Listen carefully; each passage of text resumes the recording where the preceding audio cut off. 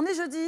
Et le jeudi, c'est la chronique virtuelle Regatta. Vous êtes un peu plus de 700 000 à jouer. Alexia, tu joues? Pour la première fois de ma vie, je joue. Oh, bah, écoute, très bien. On va retrouver Sébastien Varabassar qui est avec nous. Bonjour Sébastien. Alors tu vois, Alexia Barrier joue pour la première fois de sa vie. Vous allez peut-être pouvoir après en parler. Est-ce que tu peux nous faire un petit point sur nos e-skippers dans ce Vendée Globe virtuel?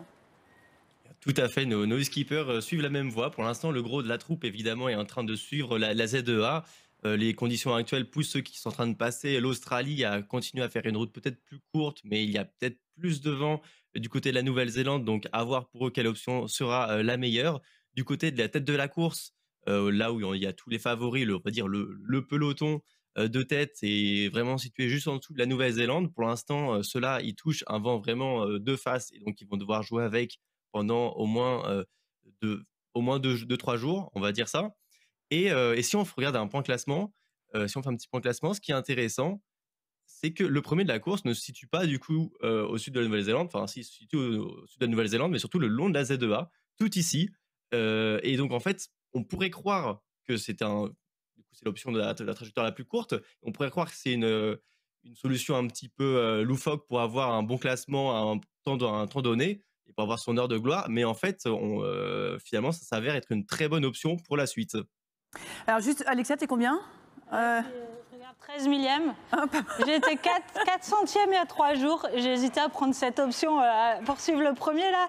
J'aurais pas dû hésiter. Sébastien, alors il y a aussi ceux qui ont pris une option, j'allais dire farfelue, on va dire plus atypique. Et exactement, c'est vrai que l'option sud, ouais, ça a été une très belle option. Mais il y en a carrément qui sont allés tout au nord. Donc là, tout au nord, le problème, c'est qu'on fait une énorme... on a ajouté beaucoup de milles à faire. Et donc, certains veulent passer carrément au nord de la Nouvelle-Zélande. Alors là, je suis passé sur ICL4VR, le logiciel de routage officiel de Virtual Regatta. Et donc, en fait, ça montre que si on avance un petit peu dans le temps, eh bien, que cette option-là, finalement, n'est pas totalement horrible. On pourrait croire que c'est totalement loufoque, mais en fait, non. Pour l'instant, les prévisions actuelles montrent que c'est une option qui est tout à fait viable. Et il y en a même qui vont choisir de passer entre les deux îles de la Nouvelle-Zélande. Et donc, celle-là, je pense, est aussi encore plus intéressante. Mais évidemment, on se base sur des prévisions là, sur 4-5 jours. Tout peut changer.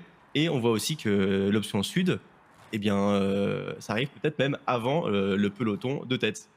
Merci Sébastien, évidemment tu nous diras tout ça lundi, puisqu'on se retrouvera lundi, on verra si les optionnistes nord finalement eh bien, ont eu raison.